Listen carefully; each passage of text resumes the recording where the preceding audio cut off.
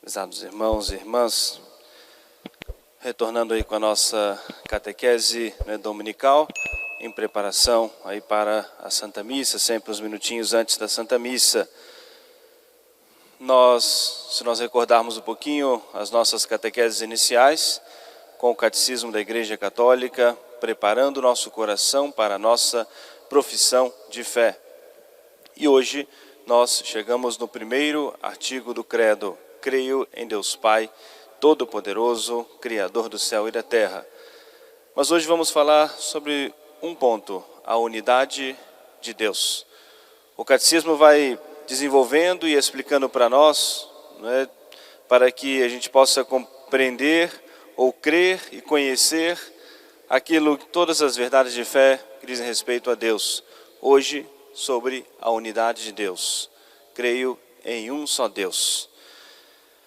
O livro do Deuteronômio nos diz: escuta, Israel, o Senhor nosso Deus é o único Senhor. O ser supremo tem necessariamente de ser único, isto é, sem igual. Se Deus não for único, não é Deus. Isso é um princípio lógico até da nossa razão. Deus necessariamente precisa ser único. Se Ele é o sumo bem, a suma perfeição, a suma verdade, tem que ser único. Porque se colocarmos até contra a própria razão, contra a própria lógica, dois perfeitos que vão como que disputar, fazer divisa entre si, não seriam Deus. Então, por uma própria razão, pela própria lógica, Deus necessariamente precisa ser um só. E nós também o conhecemos, revelado pela Sagrada Escritura, interpretada pela Igreja. O antigo terceiro catecismo, que nós muitos já estudamos, nos diz: como nós sabemos que existe Deus? E o catecismo nos responde: a razão nos demonstra e a fé nos confirma. Pela razão nós chegamos ao conhecimento de que existe Deus, esse Deus único, e a fé vai confirmar aquilo que nós podemos chegar pela razão, a unidade de Deus. A fé em Deus leva-nos a voltarmos só para Ele, como a nossa primeira origem e o nosso fim último, e a nada lhe preferir ou por nada o substituir. Tem um momento muito especial do Evangelho, em que Jesus está conversando com os apóstolos, e Jesus fala muitas vezes do Pai do céu. E São Filipe se aproximou de Jesus e disse: Senhor, o Senhor nos fala tanto do Pai, mostra-nos então o Pai. E é interessante nós olharmos os detalhes do Evangelho, em que nosso Senhor, de certa maneira, se surpreende e diz para São Filipe: Filipe, há tanto tempo que eu estou convosco que ainda não me conheceis? Quem me vê, vê também o Pai. Não sabeis que eu e o Pai somos um só? Nosso Senhor reafirmando a unidade de Deus. Deus, ao revelar-se, continua mistério inefável. Se o compreendesses, não seria Deus. Crer em o Deus da nossa fé revelou-se como aquele que é. Quando Deus revelou-se a Moisés, Moisés foi o escolhido de Deus para libertar o povo da escravidão do Egito, para levá-los à terra prometida.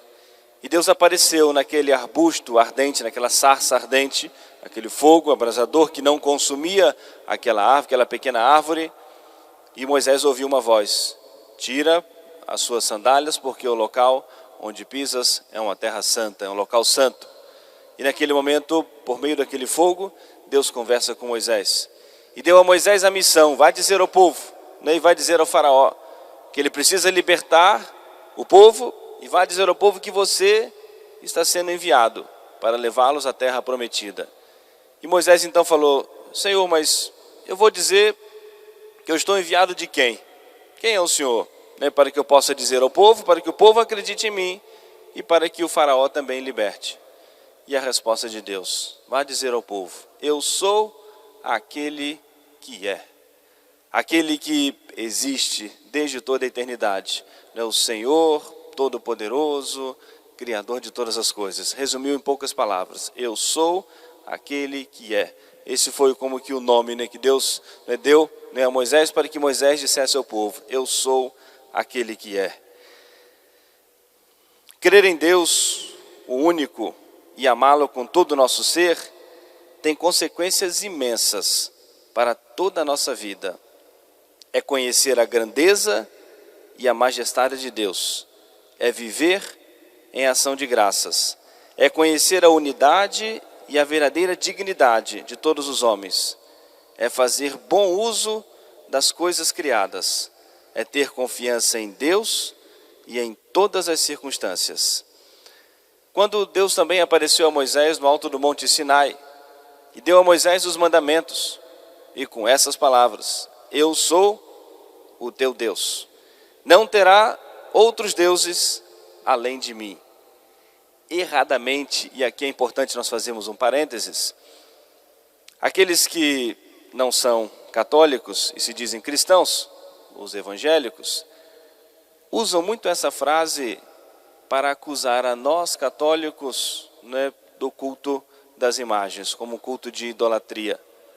E por isso dizem que é algo abominável. Muitas vezes vão na casa de pessoas simples e quase que obrigam as pessoas a arrancarem, quebrarem suas imagens, como sendo causa da maldição ou de alguma perturbação naquela casa. E erradamente, entre outras passagens da Escritura, se utilizam dessa frase. Mas nosso Senhor, Deus diz exatamente para mostrar a unidade. Mas é porque eu não posso tomar uma frase isolada da Escritura e eu colocar contra a própria Escritura. Deus dizendo para Moisés: eu sou o teu Deus. Não terás outros deuses além de mim. E em que momento, em qual momento da história da doutrina da igreja, a igreja nos convida a nós adorarmos, né, as imagens? Em que momento da história do ensinamento da igreja, a igreja nos diz que as imagens, o culto aos santos, ou o culto a Nossa Senhora, é um culto de adoração? Porque não conhecem a verdadeira doutrina. Porque não têm as luzes do Espírito Santo, a autoridade dada por nosso Senhor para interpretar verdadeiramente a Sagrada Escritura. E a igreja, né, reafirma aquilo que Deus disse na Sagrada Escritura: eu sou o teu Deus, não terás outros deuses além de mim.